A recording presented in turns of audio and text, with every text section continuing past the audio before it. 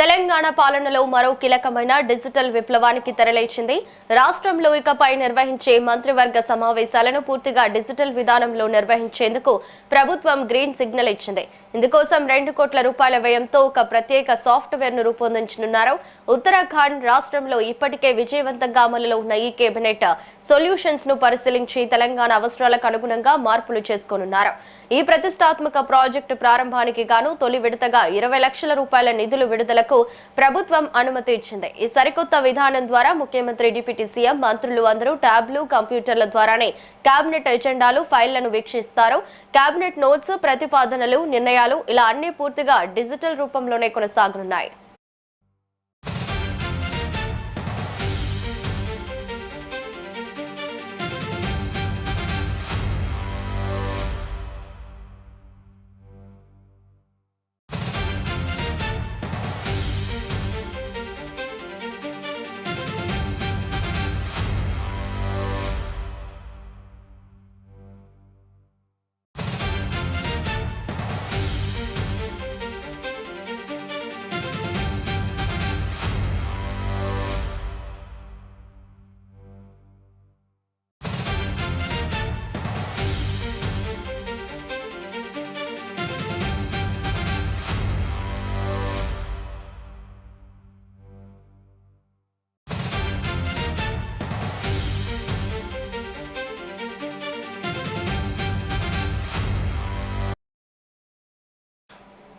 ఇక ఈ ప్రతిష్టాత్మక ప్రాజెక్టు ప్రారంభానికి గాను తొలి విడతగా 20 లక్షల రూపాయల నిధుల విడుదలకు ప్రభుత్వం అనుమతి ఇచ్చింది. సరికొత్త విధానం ద్వారా ముఖ్యమంత్రి, డిప్యూటీ సీఎం, మంత్రులందరూ ట్యాబ్లు, కంప్యూటర్ల ద్వారానే కేబినెట్ ఎజెండాలు, ఫైళ్లను వీక్షిస్తారు. ఇక కేబినెట్ నోట్స్, ప్రతిపాదనలు, నిర్ణయాలు ఇలా అన్ని పూర్తిగా డిజిటల్ రూపంలోనే కొనసాగనున్నాయి. ఇక ఇదే అంశంపై పూర్తి డీటెయిల్స్ మా బ్యూరో చీఫ్ శేఖర్ అందిస్తారు. శేఖర్, చెప్పండి. తెలంగాణ రాష్ట్ర ప్రభుత్వం ఈ కేబినెట్ వ్యవస్థని ఆమోదించడం పట్ల తెలంగాణ రాష్ట్ర ప్రభుత్వం డిజిటలైజేషన్ కు మరొక కీలక అడుగు, మరొక మైలురాయిగా నిలిచిందనడంలో ఎలాంటి సందేహం లేదు. అంటే డిజిటలైజేషన్ తెలంగాణలో ఈ కేబినెట్ వ్యవస్థకు ఆమోదం తెలపడంతో రాష్ట్రంలో ఇదొక కీలక అడుగుగా చెప్పుకోవచ్చు. ప్రతిసారి తెలంగాణ రాష్ట్రంలో కావచ్చు, దేశవ్యాప్తంగా ఇతర రాష్ట్రాల్లో కూడా కేబినెట్ వ్యవస్థలో అంటే పేపర్ల ద్వారా, ఫైల్స్ ద్వారా ఎజెండాలను, పత్రాలను పంపిణీ చేస్తుంటారు. ఇప్పుడు ఈ తెలంగాణ రాష్ట్రంలో ఈ కేబినెట్ వ్యవస్థకు ఆమోదం తెలంగాణ రాష్ట్ర ప్రభుత్వం తెలపడంతో ఇక పత్రాలకు, పేపర్లకు, ఫైల్స్ కి ఇక చెక్ పడ్డట్టే ముగింపుగా చెప్పుకోవచ్చు. అంటే రాష్ట్ర కేబినెట్ సమావేశాలలో ట్యాబ్లు, కంప్యూటర్లు, డిజిటలైజేషన్ విధానంలోకి వెళ్ళడం జరిగింది. దీంతో అంటే ఎలాంటి కేబినెట్ సమావేశం జరిగినా కూడా అందులో కంప్యూటర్ల ద్వారా, ట్యాబ్ల ద్వారా మాత్రమే నోట్ చేసుకోవడం కానీ, ఈ ఫైల్స్, పేపర్లు అనేది మొత్తానికి వాటికి స్వస్తి పలికినట్టుగా చెప్పుకోవచ్చు.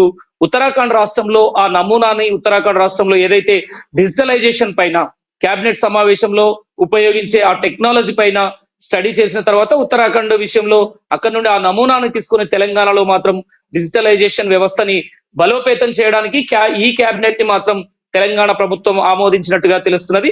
ఇకపై తెలంగాణలో కేబినెట్ సమావేశాలు ఈ కేబినెట్ వ్యవస్థలోనే కొనసాగుతాయి. ఇక పత్రాలకు, ఫైల్స్ కి, పేపర్లకు అంటే కేబినెట్ సమావేశం జరుగుతుందంటే రాష్ట్రంలో ఆ కేబినెట్ సమావేశంలో ఎజెండా కానీ, ఏదైనా ఇంపార్టెంట్ విషయాలు కానీ పేపర్ల ద్వారా, పత్రాల ద్వారా, ఆ ఫైల్స్ ద్వారా అధికారులకు కానీ, మొత్తానికి మంత్రులకు కానీ పంపిణీ చేస్తుంటారు. ఇక నుంచి అలాంటి వ్యవస్థకు చెక్ పడ్డట్టే. ఎంతసేపు ఉన్న ట్యాబ్స్ ద్వారా, కంప్యూటర్ల ద్వారానే, డిజిటలైజేషన్ ద్వారానే మంత్రులు కావచ్చు, ముఖ్యమంత్రి కావచ్చు, ఇతరులు ఎవరైనా అధికారులు ఆ ట్యాబ్ల ద్వారా, కంప్యూటర్ల ద్వారానే వాళ్ళకు సంబంధించిన సమాచారాన్ని నమోదు చేసుకోవడం కానీ, అన్ని విషయాలను ఆ సిస్టమ్ డిజిటలైజేషన్ కంప్యూటర్ల ద్వారానే చూడడం జరుగుతుంది. అయితే దీని ద్వారా ప్రభుత్వానికి మెంటుగా చెప్పుకోవాలంటే ఉపయోగాలు కొన్ని ఉన్నాయి, అంతే విధంగా ఇబ్బందికర పరిస్థితులు కూడా ఎదురయ్యే అవకాశం ఉంటుంది. ప్రధానంగా తెలంగాణ ఈ కేబినెట్ వ్యవస్థ ఆమోదం ద్వారా ప్రభుత్వానికి లబ్ధి చేకూర్చే అంశాలు ఏంటంటే ప్రధానంగా పేపర్ ఖర్చు తగ్గిపోవడం. అంటే రాష్ట్రంలో ఒక ప్రభుత్వం నిర్ణయిస్తున్న అనేక పథకాలు, అనేక విషయాల్లో పేపర్లు, వాటి ద్వారానే, పేపర్ల ద్వారానే, ఫైల్స్ ద్వారానే మంత్రులు కావచ్చు, ఇతరులు కావచ్చు, అధికారులు పేపర్ల మీదనే వాళ్ళ కార్యకలాపాలు కొనసాగిస్తుంటారు. ఇకపై రాష్ట్రంలో ట్యాబ్ల ద్వారా కంప్యూటర్ల ద్వారానే అధికారులు కావచ్చు, వ్యవస్థ యంత్రాంగం మొత్తం, ప్రభుత్వ యంత్రాంగం మొత్తం వాటి ద్వారానే ముందుకు వెళ్లాల్సిన పరిస్థితి. మంత్రులు కూడా సీఎంతో సహా ప్రతి ఒక్కరు ఏదైతే దస్తావేజులు అంటే పత్రాల మీద సంతకాలు పెట్టి పంపడాలు అవి లేకుండా డిజిటలైజేషన్ పైనే ఆమోదం తెలిపిన పరిస్థితి. అయితే ఇది లాభాలు ఒకవైపు అయితే, దీనివల్ల కొన్ని అనర్థాలను వాటిని అడ్డుకునే ప్రయత్నాలు కూడా తెలంగాణ ప్రభుత్వానికి ఎంతో సవాళ్లతో కూడుకున్నది. ఎందుకంటే ఈ డిజిటలైజేషన్ వల్ల కొన్ని డిజిటల్ లీకులు జరుగుతాయి, సైబర్ ఎఫెక్ట్ ఉంటుంది. ఈ సైబర్ క్రైమ్ ఏదైతే హ్యాకింగ్ జరుగుతుంది, వీటిని కంట్రోల్ చేయడానికి చాలా సవాళ్లతో కూడుకున్నది తెలంగాణ ప్రభుత్వం ముందు మాత్రం.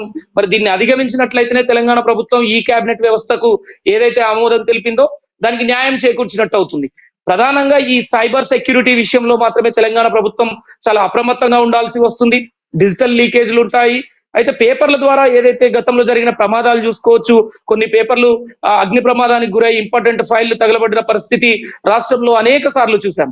కానీ ఈ క్యాబ్ వ్యవస్థ వల్ల ఇలాంటి వాటికి చెక్ పెట్టొచ్చు. కానీ ఈ సైబర్ సెక్యూరిటీ అండ్ డిజిటల్ లీక్ల గురించి తెలంగాణ ప్రభుత్వం ముందు మాత్రం అనేక సవాళ్లు కూడుకొని ఉన్నాయి.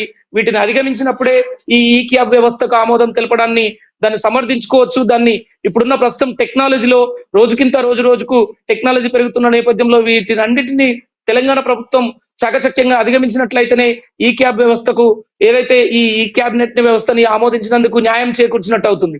కానీ ఈ రోజు నుంచి మాత్రం తెలంగాణలో ఇకపై క్యాబినెట్ సమావేశాలు ఈ క్యాబ్ వ్యవస్థలోనే కొనసాగుతాయి. మంత్రులు, సీఎం ప్రతి ఒక్కరూ ట్యాబ్లు, కంప్యూటర్లను మాత్రమే వాడాల్సిన పరిస్థితి. దీనికోసం 2 కోట్ల రూపాయలు ఈ ప్రత్యేక సాఫ్ట్వేర్ కోసం ప్రభుత్వం 2 కోట్ల రూపాయలని పెట్టుబడిగా పెట్టబోతున్నది. దీనికోసం ముందుగా కొన్ని అంటే ప్రాక్టికల్ ట్రయల్ రన్స్ కోసం మాత్రం 20 లక్షల రూపాయలను ఇప్పటికే కేటాయించింది తెలంగాణ ప్రభుత్వం.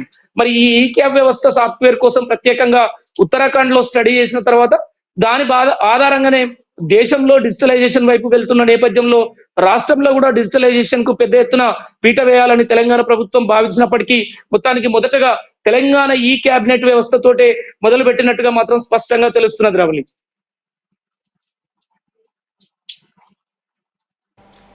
మరి శేఖర్, మరికొద్ది సేపట్లో కేబినెట్ సమావేశం జరిగే అవకాశం ఉంది. మరి కేబినెట్ లో ఎలాంటి అంశాలు చర్చకు వచ్చే అవకాశం ఉందంటారు? ఎస్ రవలి, మరికొద్ది సేపట్లో తెలంగాణ కేబినెట్ సమావేశం భేటీ కానున్నది. కానీ ఇది ఒక స్పెషల్ గా చెప్పుకోవచ్చు. ఎందుకంటే ఇంతవరకు తెలంగాణ కేబినెట్ సమావేశం ఎప్పుడు కూడా ఇన్ఫార్మబుల్ గా జరగలేదు. ఎప్పుడైనా అధికారులతోటి ఉన్నతాధికారులతోటి మంత్రులు, సీఎం భేటీ అయ్యి కీలక చర్చలు జరిపి రాష్ట్రంలో జరుగుతున్న పాలన పైన, అనేక అంశాలపైన, ప్రభుత్వం తెస్తున్న సంక్షేమ పథకాల పైన, కొన్ని ఇంపార్టెంట్ ప్రాజెక్టుల పైన, అనేక అంశాల మీద చర్చించేవారు. కానీ ఈ కేబినెట్ లో మాత్రం ప్రత్యేకత ఏంటంటే ఇన్ఫార్మబుల్ సమావేశం అని చెప్పొచ్చు, కేబినెట్ సమావేశం అని చెప్పొచ్చు. ఓన్లీ ముఖ్యమంత్రి, మంత్రులతోటి మాత్రమే ఈ సమావేశం మరికొద్ది సేపట్లో భేటీ కానున్నది. ప్రధానంగా ఈ భేటీలో అంటే ఎలాంటి అధికారులు, ఉన్నతాధికారులు ఎవరు ఉండరు. ఓన్లీ మంత్రులు, ముఖ్యమంత్రి మాత్రమే నిర్ణయాలు తీసుకుంటారు. ఇందులో రాష్ట్ర పరంగా, పాలనా పరంగా, పార్టీ పరంగా, ప్రభుత్వ పరంగా, సంక్షేమ పథకాల పరంగా అన్ని అంశాలపైన చర్చించే అవకాశం ఉన్నదని తెలుస్తున్నది. ప్రధానంగా కొన్ని ప్రాజెక్టుల విషయంలో, తమ్మడిహట్టు ప్రాజెక్టు విషయంలో, మహారాష్ట్ర ముఖ్యమంత్రి అపాయింట్మెంట్ విషయంలో కావచ్చు, తమ్మడిహట్టు ప్రాజెక్టు నిర్మాణం విషయంలో కావచ్చు చర్చించే అవకాశం ఉంది. అలానే ధాన్యం కొనుగోలు అంశంలో కేంద్ర ప్రభుత్వం అవలంబిస్తున్న విధానాలపైన, కేంద్ర ప్రభుత్వం ఏదైతే ఒక మార్జిన్ ఇచ్చిందో, ఈ టన్నుల వరకు ఇంత ధాన్యం మాత్రమే కొనుగోలు చేస్తామని ఏదైతే ఒక పరిమితిని కేటాయించిందో దానిపైన కూడా చర్చించే అవకాశం అయితే కనబడుతున్నది. అలానే విద్యా వ్యవస్థ బలోపేతం పైన కూడా సీఎం రేవంత్ రెడ్డి చర్చించే అవకాశం అయితే స్పష్టంగా కనబడుతున్నది. మరోపక్క జిహెచ్ఎంసీ ఎన్నికలను ఉద్దేశించి హైదరాబాద్ లో ORR పరిధిలో ఉన్న అనేక ప్రాంతాల్లో అభివృద్ధి పనులు ఈ రోజు అంటే ఈ కేబినెట్ సమావేశం అనంతరం కూడా CM Revanth Reddy eco park Rangareddy జిల్లా బిఎన్ రెడ్డిలో గుర్రంగూడ ప్రాంతంలో ఈకో పార్క్ ను కూడా ప్రారంభించనున్నారు వన మహోత్సవం పేరుతో.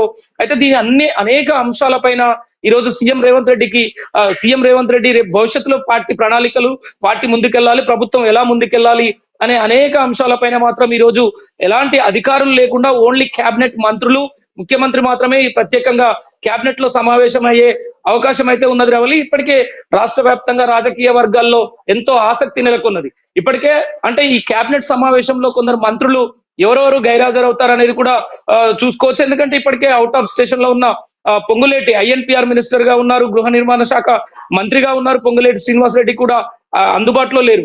కేబినెట్ సమావేశంలో కొంత మంత్రులు అవుట్ ఆఫ్ స్టేషన్ ఉన్నారు. మరి ఈ పరిస్థితిలో ఈ మంత్రులు లేకుండానే ఈ రోజు మాత్రం కొంత కేబినెట్ సమావేశం అయితే భేటీ కానున్నది. ఎలాంటి అధికారులు లేకుండా మాత్రం ఈ సమావేశం కొనసాగనున్నది. సమావేశం అనంతరం మీడియాతో ఏం మాట్లాడతారు? ఈ సమావేశం ఈకో ఫార్మబుల్ ఏదైతే ఉందో ఇది ఇన్ఫార్మబుల్ సమావేశం అంటారు. దీనికి సంబంధించి ఏం చర్చిస్తారు అనేది మాత్రం రాష్ట్ర వ్యాప్తంగా అటు రాజకీయ వర్గాలు, అటు పార్టీ, ప్రభుత్వం ఎంతో ఆసక్తిగా మాత్రం ఎదురు చూస్తున్నది రవలి. శేఖర్, మరైతే మొదటిసారి కేబినెట్ సమావేశం అధికారులు లేకుండా జరుగుతుంది. మరి దీని వెనకాలన్న మతలబ్ ఏమై ఉంటుందన్నారు? ఇంతవరకు మాత్రం ఇన్ఫార్మబుల్ కేబినెట్ సమావేశం మాత్రం ఎప్పుడు జరిగిన చరిత్ర లేదు. అంటే మొదటిసారిగా తెలంగాణలో అంటే ప్రతిసారి ఒక కేబినెట్ సమావేశం జరుగుతుందనంటే దానికి ఒక ఎజెండా ఉంటుంది. ఏ అంశాలపైన చర్చించాలి, మంత్రులు, ముఖ్యమంత్రి రాష్ట్రంలో తీసుకోవాల్సిన నిర్ణయాలపైన, ఇతర రాష్ట్రాలతోటి ఉన్న ఇబ్బందుల వల్ల కానీ ఏదైనా ప్రాజెక్టుల అంశాలు కావచ్చు, కేంద్రం నుంచి ప్రభుత్వానికి రావాల్సిన అనేక విషయాలపైన, కేంద్ర ప్రభుత్వం విధానాలపైన, రాష్ట్ర ప్రజలకు ఓనగూరార్చిన అనేక ప్రయోజనాలు ఏదైతే సంక్షేమ పథకాలు ఉంటాయో, కాంగ్రెస్ ప్రభుత్వంలో ఏర్పాటు చేసిన ఈ 6 గ్యారెంటీల అమలు పైన, అనేక అంశాలపైన.